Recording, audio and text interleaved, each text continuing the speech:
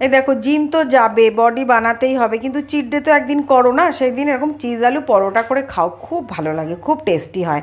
এখানে একটা বড় আলু আমি সিদ্ধ করে গ্রেট করে নিয়েছি, এখানে ছোট ছোট করে পেঁয়াজ, কাঁচা লঙ্কা, ধনেপাতা কেটে নিয়েছি, অল্প একটু নুন দিয়েছি, আর অল্প একটু লঙ্কার গুঁড়ো দিয়েছি। এখানে সাদা তিল দিয়েছি অল্প, 2 চামচ ধনের গুঁড়ো আর 2 চামচ জিরার গুঁড়ো দিয়ে আলুটা ভালো করে মেখে নিয়েছি। এই আলুর উপরে অল্প অল্প করে ময়দা দেবে, ময়দাটা দিতে পারো, আজকে চিট ডে না, নাহলে আটা দিয়েও করতে পারো।